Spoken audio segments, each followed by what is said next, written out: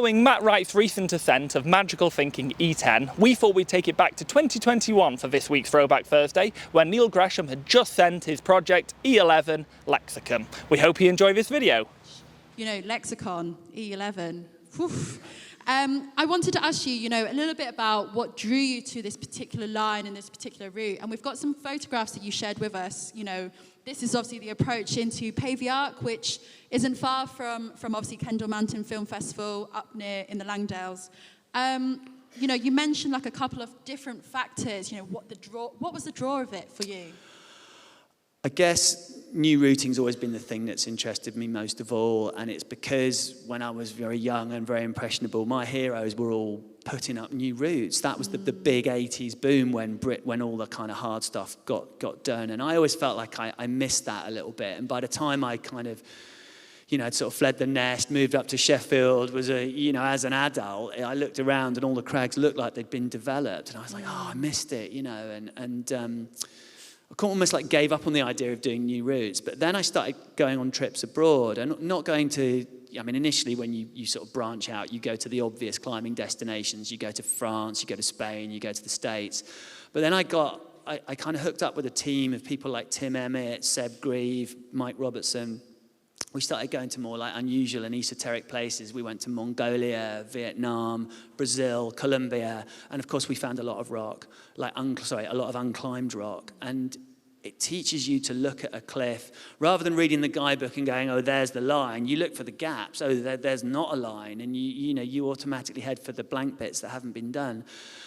I think I just learned the craft of new routing by traveling, and then I came back to the UK and realized that, hey, funnily enough, actually there were some really obvious gaps right on my doorstep that I'd completely missed. Like even at places like Malham and Kilnsey, I returned to these crags like 15 years on. I was like, well, crumbs, what about that? And what about that? And why aren't people looking, I remember you moving. I think that was around the time you moved, actually, from London to Kendal.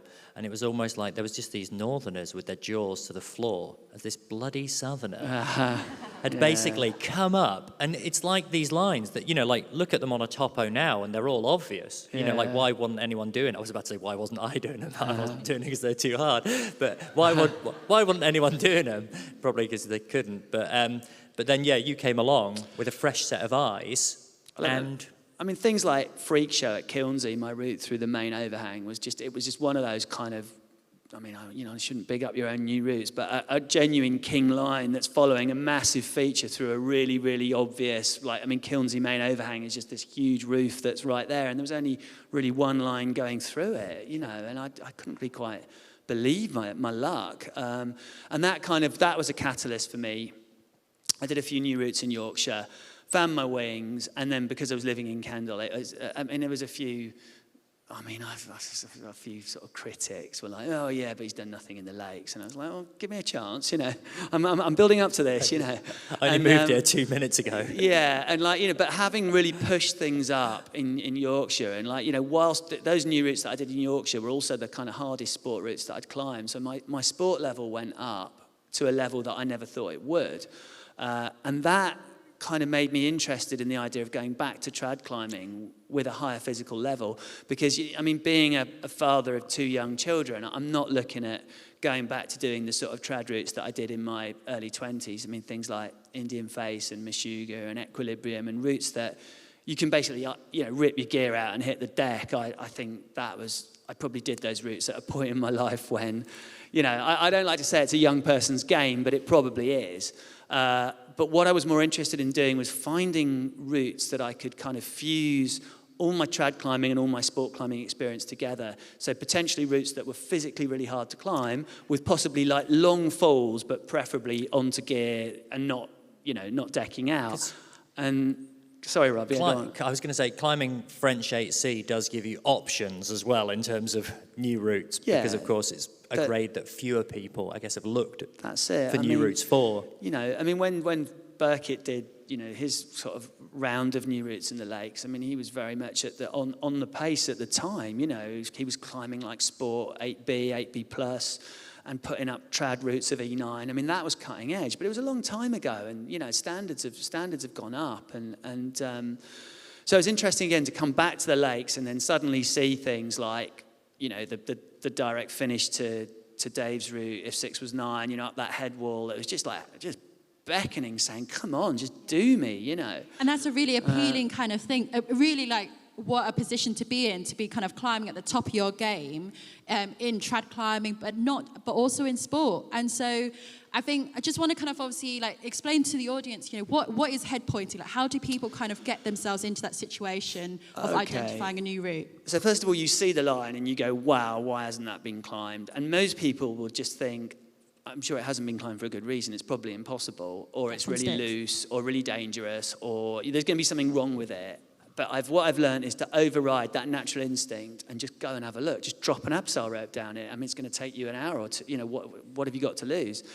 And I mean, like moving on to Lexicon at Pavey Ark. I mean, this is this line in between, up the head wall, in between Impact Day and Sixpence. And there's just this gobsmacking blank bit of head wall that's just, as the eye would see it, it's just the king line straight up the middle. And you think, well, again, it's obviously not been done because it must be impossible. And then as soon as I ab down this route, you're just seeing this like series of holds.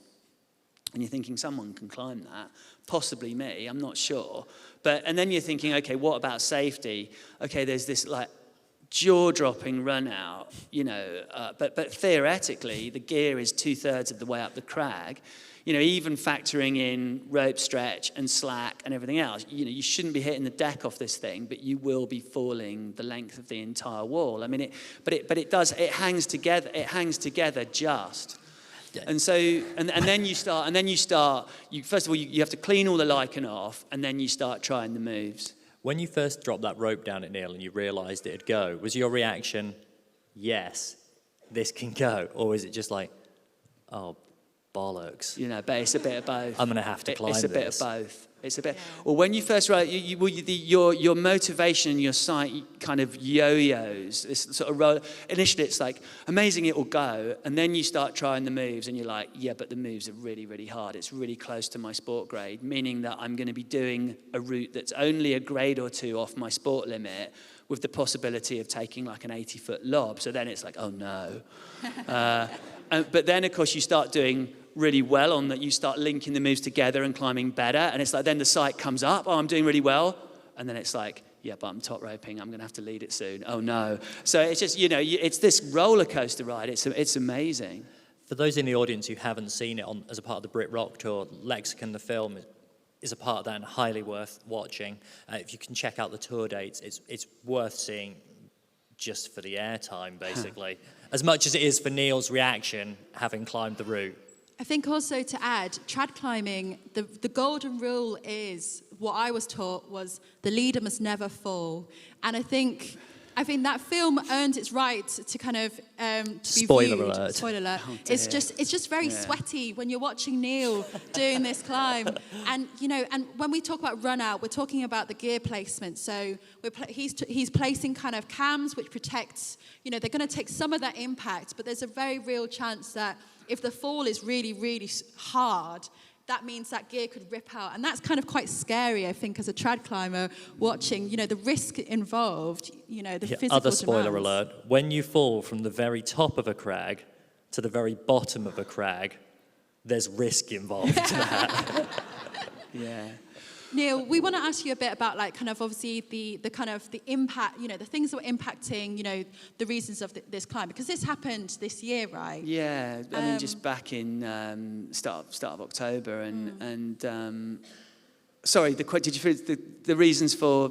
Yeah, just like we were sort of thinking about, obviously there was obviously physical things we'll start off with. So what were the kind of what did you have to think about ahead of doing this climb? Oh yeah, I mean, I think, as someone who puts up new routes, all you're looking for is to put up a climb that's got real like classic status, or like hard modern classic status. And one of the huge, something I had an inkling that Lexicon was a pretty special line, and it started to feel increasingly like the thing I'd been looking for all my life, and the thing that 35 years of climbing had been working towards. It was like, here comes my big moment. It's coming into focus. I found the line. I've got the ability. This is it, And I sort of knew anyway. But then the other thing that just really stuck a proper rocket booster on my back was when Steve came to check it out.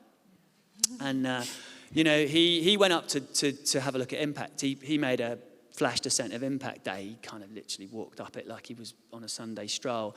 And he said, you know, like, would you like some feedback on your project? And I said, for sure, because this so rarely happens. And often when you're, you know, well, when you're putting up new routes, you're in a bit of an echo chamber, and you always have a tendency to think things are harder than they are. And I knew this route was harder than anything I'd ever climbed. I knew it was a hard E10. I hadn't even thought about the possibility of it being an E11 until Steve popped up over the top and sort of shaking his head with his pupils like this, and he was like, you know, E10 and the rest. And I was like, really?